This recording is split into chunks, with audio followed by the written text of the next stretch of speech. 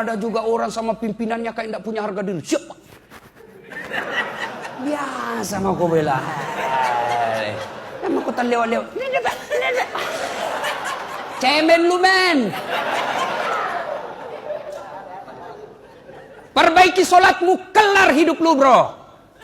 Apa susahnya Allah kasih kita? Tidak ada mustahil kalau Allah yang mau. Bagaimana caranya? Pacari Allah. Gimana cara pacari Allah? Perbaiki sholatmu. Seperti dikatakan Pak Jenderal tadi. Sebelum yang lain diperiksa, sholat dulu yang diperiksa. Kalau sholat tidak beres, semua amalmu sia-sia. Maka setan, ketika kita mau haji, silahkan. Kalau perlu, tulis haji di depannya 2 kali.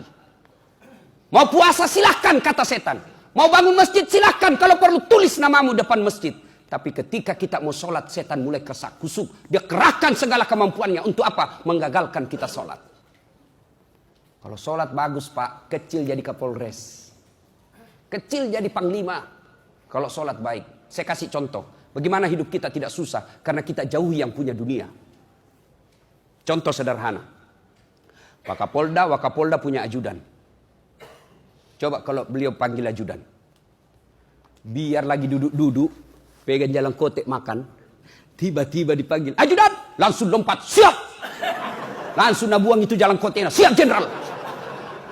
Coba. Panggil ajudan. Ajudan! Tunggu dulu Pak. Orang sibuk. Bilang kok dikasih pindah kok. Iya Pak. Padahal Wakapolda ada mutasinya, ada pensiunnya. Tapi begitu takut kita kepada sama manusia. Ketika Allah panggil kita, kita berani mengatakan tunggu. Panggil Kapolda, kita tidak berani mengatakan tunggu. Hayya 'alas shalah. Sini kamu. Hayya 'alal falah. Mari saya kasih kau kemenangan. Tapi apa jawaban kita? Tunggu. Lagi meeting. Akhirnya Allah berfirman, sudah urus mi pale. Kalau kau mau urus duniamu, silakan urus dirimu. Maka tepat kata Pak Jenderal tadi. Begitu asan, tidak ada urusan dengan yang lain. Saya datang menghadap kepada Allah. Buktinya bisa jadi juga bintang 2. Beliau saja bintang 2 dipanggil datang menghadap kepada Allah. Masa bapak yang merah di sini dipanggil? Itu namanya beleng-beleng. Jelas? Tidak ada mustahil Pak. Ustaz, kenapa hidupku susah? Saya Grab, dicuri lagi mobilku. Saya buka warung, bangkrut lagi. Istriku, aduh, kala-kala pengawasannya propos. Baru 1 jam kita keluar, nelpon terus. Di mana kok? Di kantor, bohong. Foto dulu baru kirim. Wah, menderita saya Ustaz. Ada bapak-bapak begitu di sini. Batena dijajah sama istrinya. Ada di sini takut sama istri? Ada? Kalau polisi bedek takut sama istrinya. Katanya. Kenapa dia bilang? Karena kita takut sama istrinya komandan. Coba. Saya bilang, kenapa kamu takut sama istri? Gaji semua masuk sama dia. Kita belikan rumah, dicicilkan mobil. Sampai pembeli Rexonanya kita tanggung. Masa kita takut sama istri? Mestinya bukan ditakuti. Dia apa? Disayang dan dilindungi. Dan sudah bilang orang, berarti Ustaz tidak takut sama istri. Ngapain saya mau takut sama istriku? Cuma istriku lebih berani dari saya.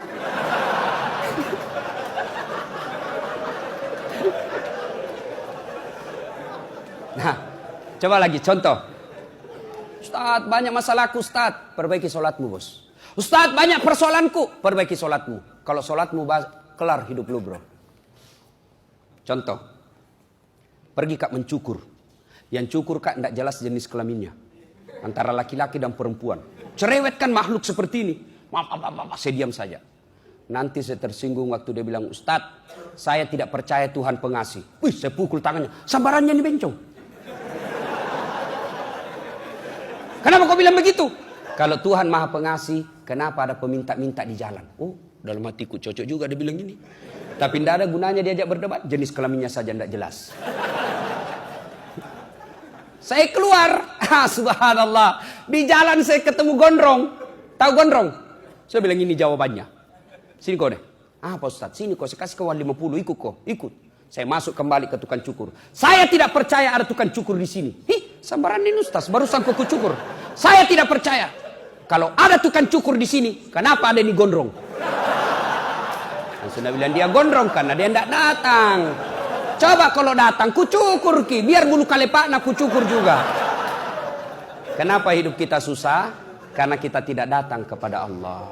Datanglah kepada Allah. Coba nama Allah, Pak. Ya Allah, ya Rahman, ya Rahim, ya Salam. Subhanallah wa bihamdihi, subhanallahil azim. Semua nama-nama bagus, Pak. Asmaul Husna.